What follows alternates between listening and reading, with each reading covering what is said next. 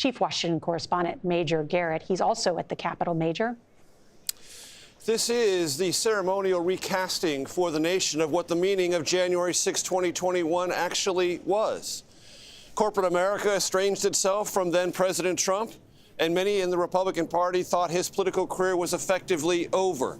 He is now returning as president to the very place where those who supported him rioted on Capitol Hill to disrupt the peaceful transfer of power and overturn a legal and fairly held presidential election.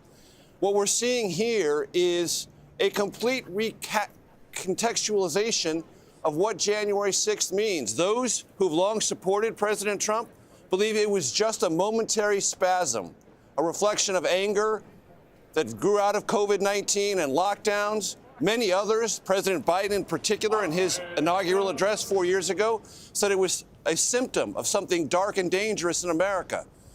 White supremacy, extremists, terrorists within the United States. He warned about all of those dark forces coming back into America. Whether those are dark forces or not, President Trump returns to power and can recontextualize all of January 6, 2021 as something that, if it's momentary or not, did not discourage him and did not dissuade the American public for reinvesting him with powers he is about to possess in this room and the Capitol Rotunda in moments from now. It's an excellent point, Major Garrett. Thank you. And there is going to be massive change here in Washington, Margaret. There is. It was notable there, Norah, that Mike Pence, the former vice president, walked in by himself. Karen Pence was not with him. And we talked earlier about what was clearly tension between her and the former president. Remembering on January 6th, she was sheltering in safety along with some of their children, as I understand it, and the vice president, as those mobs who were storming the Capitol. Yelling to hang Mike Pence. I think as a wife, that's very difficult to forget. Understandable. Yeah.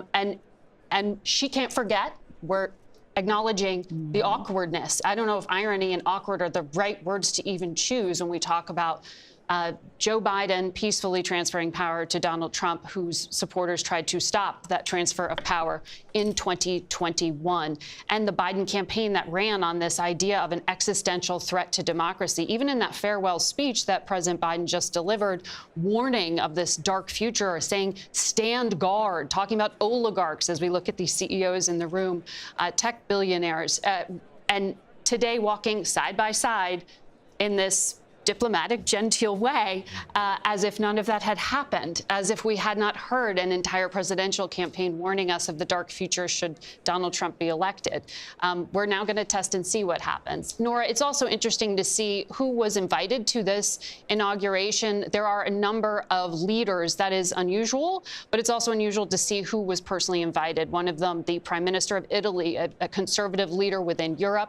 That seems a symbolic invitation, but there are also party leaders from within Europe, as you and I spoke about the other day, from the very far-right movements, anti-immigrant movements within Europe, in Germany and in France, who sent representatives. And as you hear Viktor Orban, the Prime Minister of Hungary, who's not there, but a dear friend of Donald Trump, say it, he sees this return to power by Mr. Trump as a sign of a global shift towards the far right, empowering a conservative global movement. That's how he and his political advisor describe what we're about to see here.